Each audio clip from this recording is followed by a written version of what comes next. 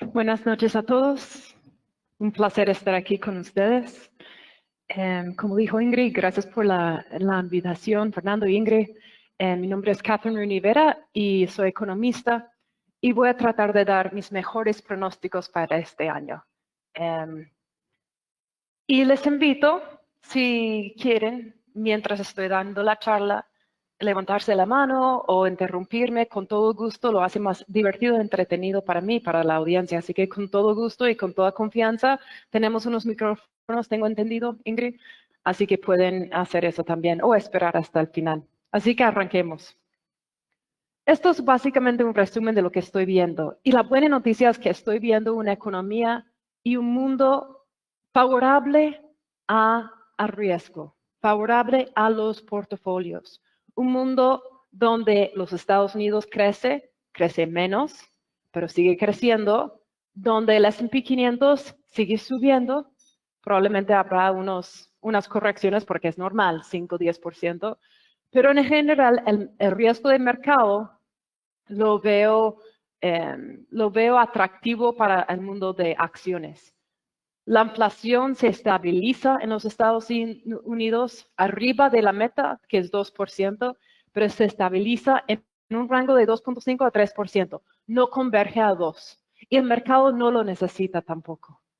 Entonces, implícitamente, la meta de la Fed de inflación ha cambiado. Ya no es 2%, es algo arriba.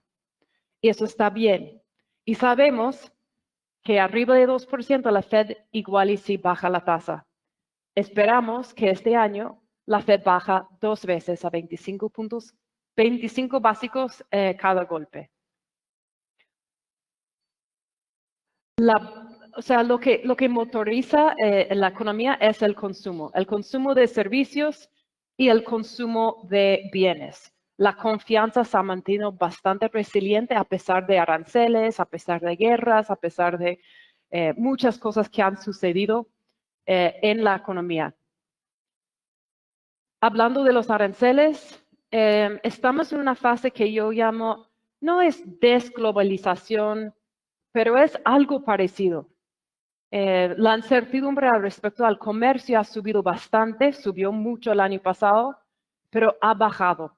Y lo curioso aquí es de que no ha afectado realmente la economía como muchos habíamos esperado. Pensábamos que estos aranceles de Trump iban a descarrilar la economía o iban a hacer disparar la inflación. Más bien no ha sido el caso.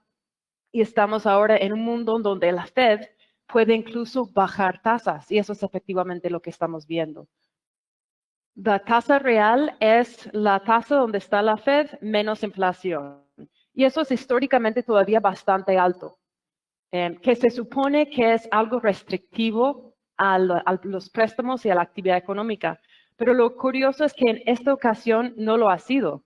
Más bien, la economía sigue bastante fuerte, las tasas reales descuentan algo más de reducción, pero con un margen limitado. O sea, el punto aquí es que la tasa neutral es mayor de lo que era antes. Ya no es 1 o 2%, puede ser que sea 3%. Y ya estamos muy cerca a 3%. Las tasas largas, que es la parte larga de la curva, pues han estado subiendo porque la Fed está bajando, pero también porque hay mucho déficit fiscal y mucho estímulo, muchísimo estímulo. Otra vez me refiero a lo que es las tasas reales.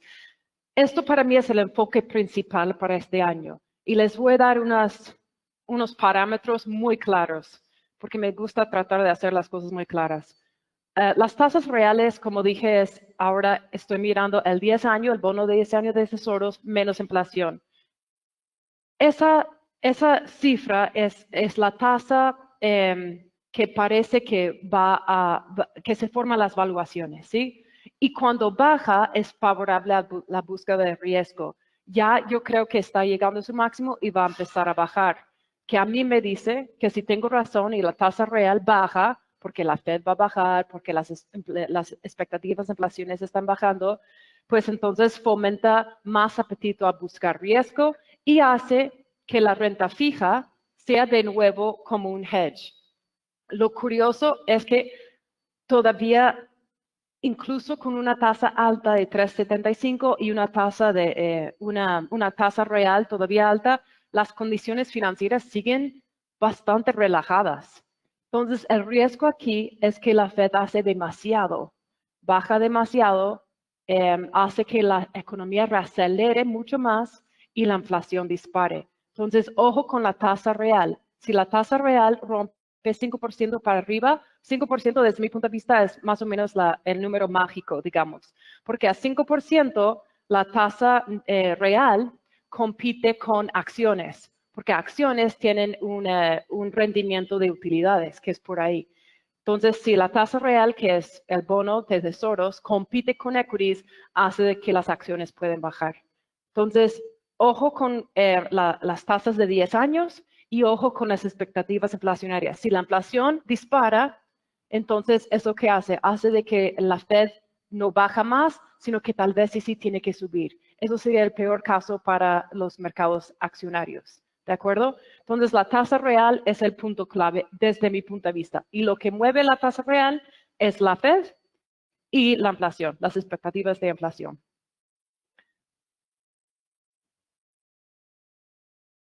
Estamos, como dije, en una fase de no desglobalización, pero algo parecido. Y por eso pienso que la inflación a nivel global, pero empezando en mi propio país, va a quedar en un nivel neutral más alto que en tiempos antes.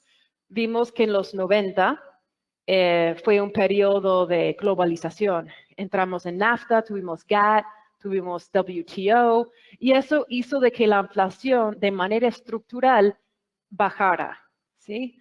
El índice de bienes, que son cosas que consumimos, bajó constantemente sobre un plazo de décadas. Y ahora lo que estamos viendo es muy posible que siga esta tendencia aquí, como pueden ver, hacia el alza. La inflación va a ser persistente y limita la capacidad de la Fed de hacer mucho. Entonces, tal vez sí la Fed baja a 3%, pero no vamos a volver a los tiempos de antes de tasas de 0 o de 1, porque estructuralmente la inflación se mantiene más alta. Las expectativas de inflación son todo importantes. Entonces, la Fed mira las expectativas de inflación. Las tarifas se supone que iban a disparar, las expectativas realmente no pasó. ¿Okay? Y están, yo diría, bastante ancladas, y tengo una lámina para enseñarles eso. Pero lo que me preocupa es, como les digo, mi visión es que este año la economía desacelere. Si no desacelera, la inflación vuelve a surgir. Si la inflación vuelve a subir, la Fed no puede bajar, sino que en el peor de los casos tiene que subir. Y si la Fed tiene que subir las tasas, los sectores más vulnerables a incremento en tasas son los sectores que mueven todo el mercado. Y todos sabemos cuál es tecnología. ¿Sí? Entonces, la tasa real es lo que importa al final de cuentas. Y si la economía sigue creciendo a esta manera, pues veremos, estoy dándoles un poquito como de puntos de estar al tanto, que hay que estar pendiente. Que si la economía en Estados Unidos, que el último trimestre del año parece que va a haber crecido arriba de 5%. En un país desarrollado es muchísimo, ¿sí? Entonces, si la economía sigue a ese ritmo, suena buenísimo, pero es un riesgo, porque entonces llegamos a un punto de sobrecalentamiento, ¿sí? Y a la vez, en Estados Unidos, en mi país, tenemos un déficit fiscal gigante, que históricamente no ha sucedido. Históricamente nunca ha pasado que fuera de guerra o fuera de crisis tuviésemos un déficit de esta magnitud de 6% del PIB. Entonces, eso también, pues es un impulso económico, ¿sí? Entonces, si la economía no desacelera y tenemos un déficit fiscal de 6% que no baja, que probablemente no va a bajar mucho, y también tenemos una Fed que está bajando tasas, el riesgo que yo veo es que el sector de empleo vuelve a acelerar y la inflación vuelve a acelerar también. Como para poder pronosticar o predecir esto, yo lo que miro es el sector laboral, porque en mi país la inflación es bastante impulsado por el sector de servicios.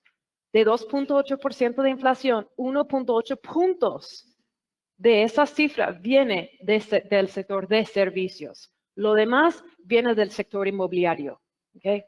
Para hacerlo sencillo. Entonces, ¿qué es lo que yo veo para decir que si el sector laboral va a reacelerar, impulsando más inflación? Pues es JOLTS. JOLTS es Job Openings. ¿Cuántos trabajos hay disponibles? En tiempos antes, hace un año y medio, había 2 trabajos disponibles para cada persona desempleada, ¿sí? Ahora eso ha bajado a 1. Entonces, hay trabajos, pero menos ahora. Y eso me dice a mí que el sector laboral se está suavizando. Y la verdad, eso es algo bueno si uno le importa la inflación, que a propósito, la población le importa muchísimo la inflación, porque uno siente que todo es caro, ¿sí? Entonces, estas son algunas métricas que les invito a mirar si les importa y tener una idea de hacia dónde va la economía. Esto es una gráfica de las expectativas inflacionarias. Como pueden ver, el año pasado vimos un brinco gigante aquí, abril de 25, en lo que es el de 5 años. ¿Dónde piensa la gente que va a estar la inflación en 5 años, el día de hoy? ¿Sí? Entonces, hemos bajado bastante. En los últimos datos ha vuelto a subir. La Fed mira esto mucho. Por eso yo digo con bastante confianza que este mes, ni en marzo, va a bajar de nuevo. Acuérdense que la Fed bajó 3 veces en reuniones consecutivas. Estamos a niveles récord altos en acciones, mientras que el tesoro está bastante tranquilo en términos de tasa. Entonces, ojo con esto también. Si vuelve a subir, la Fed puede cambiar su posición. Esto es básicamente el resumen de lo que dije. El downside accionario no requiere recesión, ¿ok? No requiere recesión para que los mercados bajen. Recesión es muy fuera del caso desde mi punto de vista. Para que hubiese recesión tendríamos que ver menos consumo de servicios, ¿sí? Porque cuando una persona, me imagino que es algo humano, cuando una persona tenga un poco de miedo de la seguridad de su trabajo, o está ganando menos, o su salario no supera la inflación, consume menos. Pero en este caso no está ocurriendo. Más bien los salarios reales son positivos, la gente está ganando más que inflación, mientras que la tasa de desempleo sigue subiendo, pues realmente no ha tenido un impacto en el consumo. Incluso con las tarifas, que muchos pensábamos, incluso yo, pensábamos que las tarifas iban a pegar el consumo. Porque quien paga la tarifa se supone que el consumidor. En este caso, las utilidades corporativas en Estados Unidos están a niveles récord altos. Y encima de eso, la inflación se ha mantenido arriba de la meta, pero no ha disparado. Entonces, contraintuitivamente, las tarifas, pues es polémico, pero los datos no mienten, han ayudado a la economía de los Estados Unidos. Han hecho de que los ingresos a los cofres han disparado, que eso ayuda mucho en una economía de 6% de déficit fiscal y con necesidades de financiarse gigantes. Y en Estados Unidos lo que hacemos es que financiamos la deuda con papeles cortos, de corto plazo, menos de un año. Así que cada vez se tienen que vencer, hay que reemitir. Y el problema con eso, pues obviamente, es que uno reemite a tasas más altas. Con más plata en los cofres, pues disminuye la presión de las emisiones. Y eso es lo que ha ocurrido. Ahora, esto es algo temporal. Esto no va a ser siempre el caso, pero realmente ha sido algo muy positivo en el último año desde el punto de vista de los ingresos. Porque ojo con la cuenta fiscal. La cuenta fiscal sigue a 6%, según el ministro de Hacienda. Esto va a bajar a 5% debido a las tarifas. yo le creo porque realmente 300,000 millones de dólares en un año es bastante. Pero una idea es, si uno ve estas gráficas, pues la idea es muy difícil ver una recesión cuando tienes niveles de déficit de esta magnitud.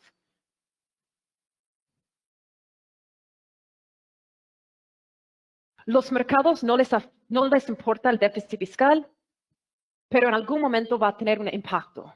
Y mi preocupación es de que va a tener un impacto en la parte larga de la curva, que quiere decir de que los tesoros de 10, 20, 30 años suben en tasa. ¿Por qué? Porque pues estamos gastando mucho dinero en pagos de interés. Los pagos de interés es la línea azul, es el eje izquierdo, ha duplicado sobre 2 años. Entonces, en lugar de estar pagando 2.3% del PIB, hoy en día estamos pagando por ahí de 3.8% del PIB en pagos de interés. Los pagos de interés ahora superan lo que gastamos en defensa, que todos sabemos que es muchísimo. Entonces, a lo largo de los años, esto tiene un efecto, porque baja el crecimiento potencial de un país. Y muchos clientes institucionales con quien yo hablo me preguntan por qué los mercados no les importa esto. Pues porque no hay reemplazo al tesoro, no hay reemplazo al dólar. Entonces, esto puede seguir, de verdad. Puede seguir los Estados Unidos endeudándose de manera gigante, que yo diría que es medio, es algo muy, muy malo realmente, pero lo puede seguir haciendo porque no hay reemplazo. El dólar sigue siendo la moneda reserva del mundo y el tesoro sigue siendo el activo más líquido, más profundo en el mundo, hasta que el yuan se vuelve creíble, hasta que Bitcoin se vuelve algo real, hasta que el euro se pone más competitivo, no hay reemplazo, no hay competencia. Entonces, para cerrar este círculo, esto sí me preocupa, no es que no me preocupa, pero desde el punto de vista de los mercados, no nos afecta. Es desafortunado, pero no nos afecta. Lo que sí hace es que mantiene inflación alta. ¿Sí? Entonces tenemos las tasas más altas, la tasa real baja, pero se queda algo alto, porque también tenemos este efecto fiscal. Así que tenemos una combinación de monetario y fiscal que hace que no haya recesión, pero también hace que la inflación esté permanentemente arriba de la meta. Tiene que haber alguna repercusión, ¿verdad? Tiene que pasar algo malo de esto. Y mi respuesta es lo siguiente. Sobre lo largo de los años, cuando el gobierno, vamos a tratar de, bueno, cuando el gobierno sigue endeudándose, ¿sí? Entonces hace de que el sector privado tenga más dificultades sacando crédito, porque el gobierno está chupando todo el oxígeno de la piscina de capital.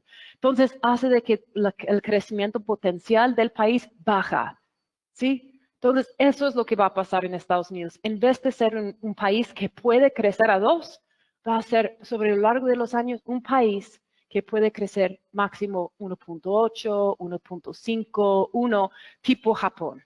Eso es lo más probable que pase porque realmente no veo que China pueda realmente seguir esta tendencia. ¿Dónde van a poner su plata?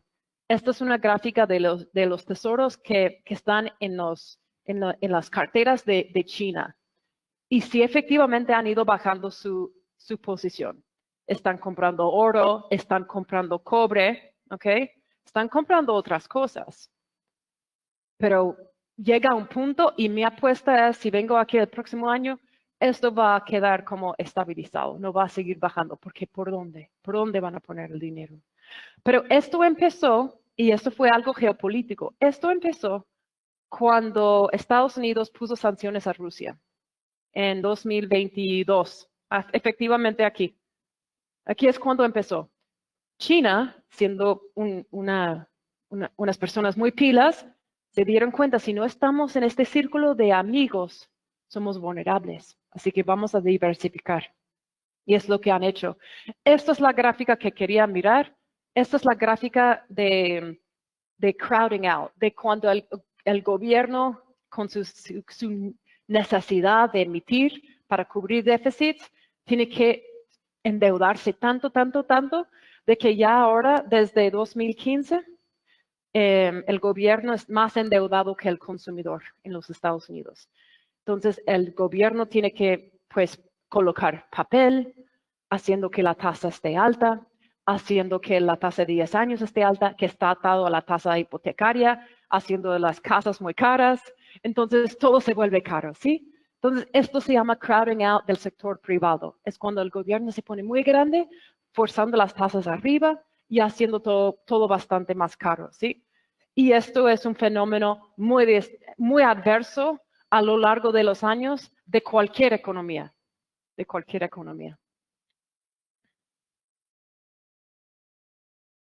Ok, voy a saltar esto. Vamos a volver a los mercados. El S&P 500, muchos me preguntan, está súper sobrevaluado. ¿Cuándo va a corregir? Hay que recordar una cosa muy importante. Los múltiplos no pronostican el futuro, amplifican cualquier corrección. Entonces puede ser para arriba o para abajo. Si los múltiplos están muy extendidos, los mercados responden de manera exponencial. Estamos a evaluaciones altas, pero no fuera de lo histórico, 3 desviaciones estándar del promedio. Así que sí está bastante caro y recomiendo buscar posiciones en otras geografías, pero realmente porque ha subido tanto no quiere decir que tiene que bajar. Si las utilidades siguen saliendo positivas, ¿qué es lo que está pasando? Debería ser más sobrevaluado de todos y sigue sacando unas utilidades espectaculares.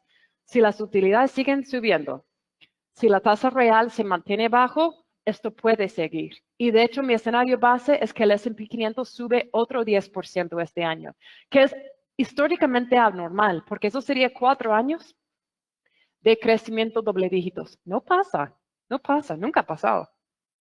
Ups. Oh, ok, ¿por dónde encontramos valor? Esta gráfica lo que estoy tratando de enseñar es lo siguiente. Lo más caro es arriba, lo más barato es abajo. Como pueden imaginar, los cíclicos son lo más caro. Financieros, que son los bancos, industriales, el sector de defensa y infotech. Mi opinión es de que esta tendencia va a seguir siendo el caso. Los líderes van a seguir liderando. La manera de protegerse es importante. Yo sí soy creyente en hedging, en protección, porque quién sabe, ¿no? Puede ser que de repente la inflación subiese a 3.5. A 3.5, Core PCE, la Fed va a subir tasas. ¿Sí? Estamos a 2.8. Si la inflación Core PCE subiese a 3.5 por ahí, la Fed puede subir. Si eso pasa, ¿qué pasa entonces? Financials, industriales y infotech van a colapsar. Hay que protegerse. ¿Cómo se protege? Se protege con los defensivos, se protege con efectivo, se protege con puts en tech y se protege con oro, ¿sí? Pero dentro de este cuadro se protege con healthcare, energy y yo diría utilities también. Okay. Esos serían los 3 sectores que pueden servir como de contrarrestar la exposición de los financieros, de los industriales y de infotech, que como digo, creo que va a seguir siendo el caso. A mí me gustan los emergentes. Emergentes les fue muy bien el año pasado, creo que más oportunidades este año. Me gusta Latinoamérica. Latinoamérica, y lo he dicho desde que Trump empezó con este Día de Liberación en abril, de que Brasil es uno de los países que más se beneficia. Entonces, LATAM, lo que estoy enseñando aquí es flujos hacia emergentes que han empezado a subir y subir y subir. ¿Por qué? Porque hay más rendimiento ahí. Han subido, pero las valuaciones todavía son atractivas. Mientras que en Estados Unidos, pues pone uno a dudar, ¿no? Entonces, eso es básicamente la presentación y yo feliz de contestar sus preguntas y si hay una opinión diferente, yo feliz de escucharla también.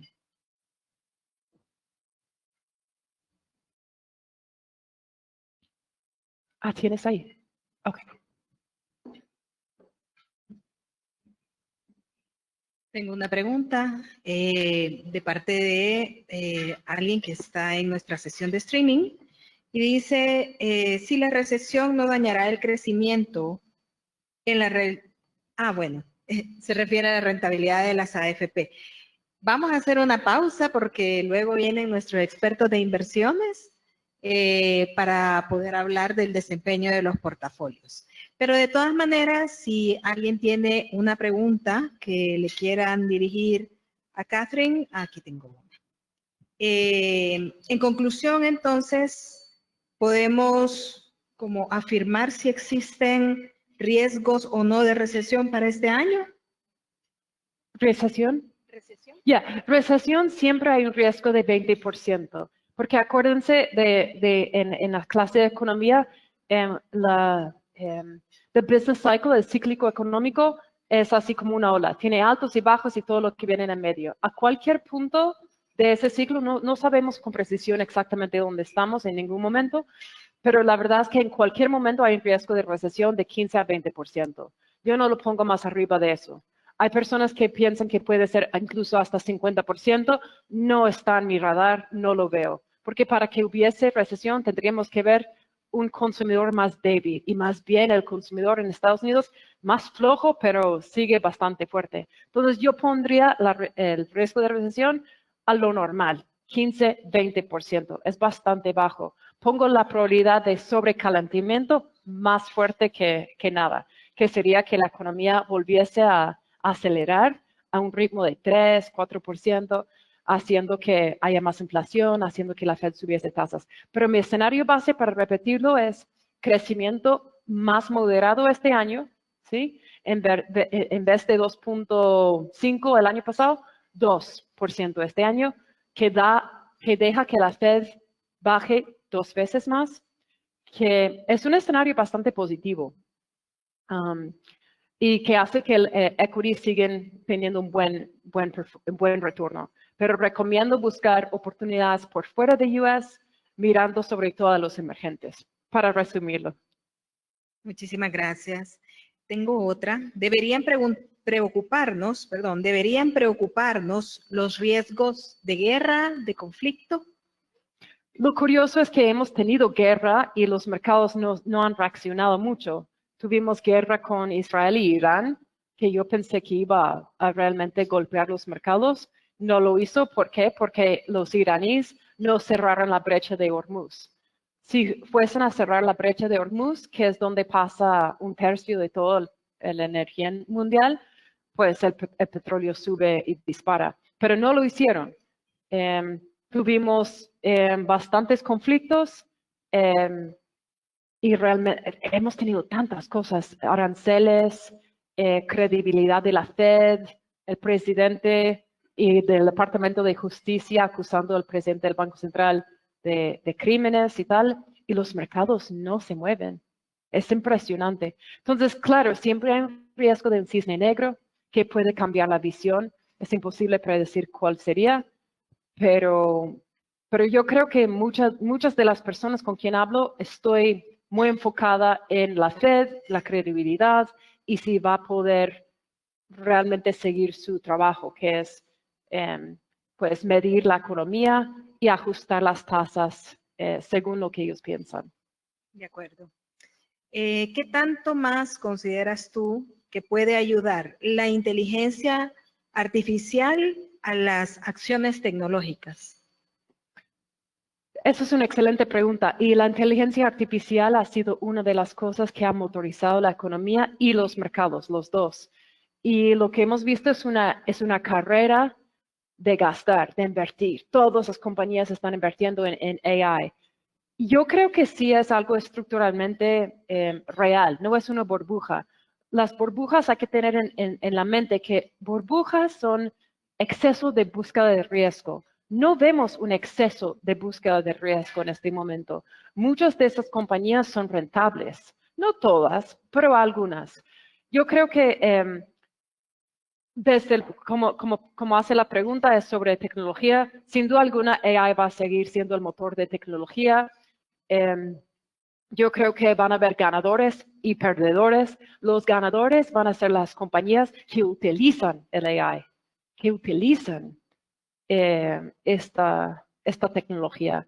Las compañías que simplemente hablan de AI o invierten en compute van a ser los perdedores y los mercados van a empezar a distinguir entre los que de verdad lo usan para poner más eficiencias y más productividad y los que simplemente lo hablan. Perfecto. Tenemos una cuarta pregunta. La situación en Venezuela, ¿tiene alguna implicación en los precios del petróleo? ¿Ves algo tú? Esta es una excelente pregunta. Esto toma tiempo. De lo que tengo entendido, y de hecho en mi vida anterior yo fui analista de Latinoamérica en Soberanos y cubría Venezuela. Venezuela ha bajado mucho en su producción de petróleo, como todos sabemos. Esta nueva inyección de capital va a ayudar a que haya más oferta a nivel global, pero tarda mucho tiempo. En los próximos 6 meses va a haber estabilización. En los próximos 2 años va a haber inversión si todo sale bien. Pero yo no estoy viendo que de un día a otro tengamos de repente mucho petróleo y colapsando el precio de petróleo. Creo que es un suceso positivo para Venezuela, para el hemisferio, y creo que, la verdad, creo que hay oportunidades en Venezuela de ganar dinero. Los bonos han subido 25% el día después y habrán muchas oportunidades de inversión directa extranjera ahí, porque es un país que desafortunadamente pues no tiene mucho sector privado, es todo sector público.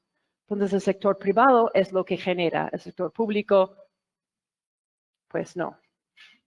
De acuerdo. La última pregunta que tenemos vía el chat y el QR es ¿a qué tema deberíamos o a qué temas deberíamos anticiparnos que tengan impacto en los mercados para este 2026? Para el 26. Para el 26, para este año. Okay. ¿A qué temas deberíamos anticiparnos? Ok. Esa es una buena pregunta porque me hace hablar de algo que no toqué en mi presentación, que es las elecciones de medio término. En los Estados Unidos en noviembre tenemos elecciones de medio término y eso puede cambiar muchas cosas. Va a haber mucho gridlock, no sé cómo decir eso, cuellos de botella, porque históricamente en Estados Unidos los midterm elections, el partido que tiene la Casa Blanca pierde. Históricamente, siempre pasa. Así que en esta ocasión no va a ser distinto. Probablemente los demócratas van a ganar a un mínimo una de las casas del Congreso, ¿sí? Y con eso debemos de esperar procedimientos de impeachment de nuevo, porque esto es personal, es muy fuerte los sentimientos en Washington, D.C. Va a haber más impeachment proceedings para lo que quieran buscar, y no van a haber mucho más que logran pasar en términos de legislación. Eso es una cosa. Otra cosa que me parece que debemos de tener en el radar es quién es el próximo Fed Chair. El Fed Chair hoy en día es Jay Powell, él se va en mayo. El presidente probablemente va a escoger uno que se llama Kevin Hassett. Si no es Kevin Hassett, va a ser uno que se llama Kevin Warsh. Los dos son buenos, pero los dos son muy dovish, que quiere decir que quieren ver la tasa más baja. Su explicación de eso, Ingrid, es de que ellos ven la tasa neutral a 2%. Entonces, ellos dicen, o 1. Así que la Fed puede bajar de 3.75 donde está ahorita a 2, que implica unos 175 básicos más. Entonces, eso es la división. Es básicamente dónde está la tasa neutral. ¿Es alta o es baja? Y los del presidente piensan que es más baja. Entonces, yo creo que eso va a ser muy importante. ¿Quién es el Fed Chair? ¿Qué pasa con la Corte? Si deciden que el Fed Chair realmente hizo algo ilegal o no. Los mercados van a reaccionar a eso. Y tal vez agrego un punto más.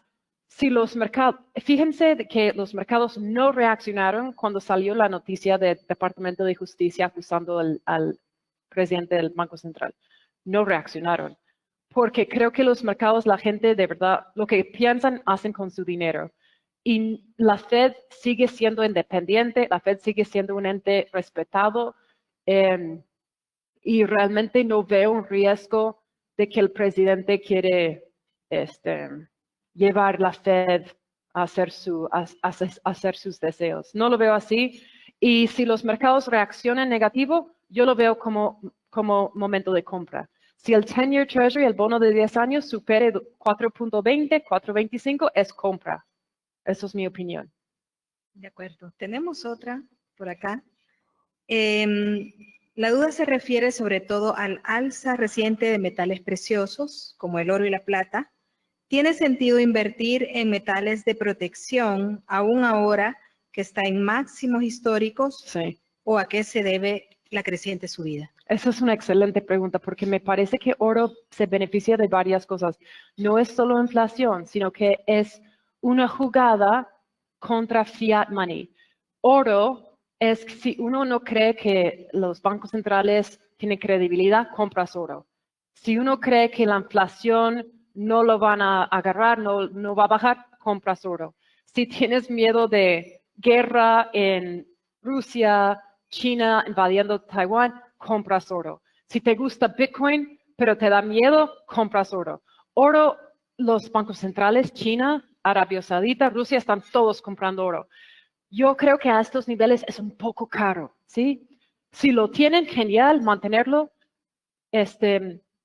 Comprarlo ahorita fue el mejor activo del año pasado. Yo esperaría un leve corrección antes de colocar más capital ahí. Pero oro es un buen hedge. Yo pienso que los tesoros van a volver a ser un hedge, así que podemos contar con tesoros como un hedge, oro y ya, yo creo que hay que esperar. De acuerdo. Y la última, la tasa de desempleo en Estados Unidos ha ido incrementándose de 3. ¿La casa de qué? La tasa de desempleo en Estados Unidos ha ido incrementándose de 3.5 en 2022 a 4.4 a finales de 2025. Ajá. ¿Cree usted que en 2026 seguirá subiendo o puede seguir subiendo? Lo bueno es de que está subiendo de esta manera gradual. Históricamente no sucede así. Históricamente cuando la tasa de desempleo sube, dispara. Pero en esta ocasión ha sido gradual, que es magnífico. Realmente pasa poco. Pero es como que todo es bueno, es difícil de creer, ¿verdad? Pero les puedo comentar una cosa, y me gusta darles números claros. 5% es el umbral para la tasa de desempleo. Si vamos acercándonos a 5, no está mal porque pues ayuda a la inflación y la Fed puede bajar tasas. Si rompe 5 y para arriba, ahí hay que preocuparnos y ahí la Fed va a bajar, pero no por razones buenas, va a ser por razones negativas, ¿sí? Entonces, ¿por qué digo 5? Porque 5 es la tasa neutral. Arriba de 5, el desempleo, si la tasa de desempleo es arriba de 5, en mi país es deflacionario, ¿sí? Entonces la inflación baja. Si es menos de 5, es inflacionario. Eso es lo que llamamos el NAIRU, la tasa neutral. Podemos discutir si es 5, 5.5, 4.8, pero es por ahí. Así que yo pienso que la tasa de empleo subiendo de 3.7 a 4.4 es algo necesario. Y lo que estamos viendo ahora en mi país es lo que llamamos labor trimming. O sea, sí están despidiendo a personas, no en grandes magnitudes, y los que se van no los reemplazan, ¿sí? Entonces, es algo positivo. Si fuese a seguir siendo gradual, es algo positivo. Porque acuérdense de una cosa, es una secuencia muy lógica. Crecimiento fuerte, compañías contratan. Compañías contratan, los salarios suben. Los salarios suben, la gente compra. La gente compra, los precios de servicios suben. Los precios de servicios suben, la tasa de inflación sube. Es así de sencillo. Porque otra vez, y termino mi respuesta con esto, la economía americana que al final de cuentas impulsa mucho de los mercados globales, pues se mueve por el consumo, se mueve por el consumidor. Consumimos más allá de lo que ingresamos, todo el mundo lo sabemos. Pero eso es lo que mueve la economía.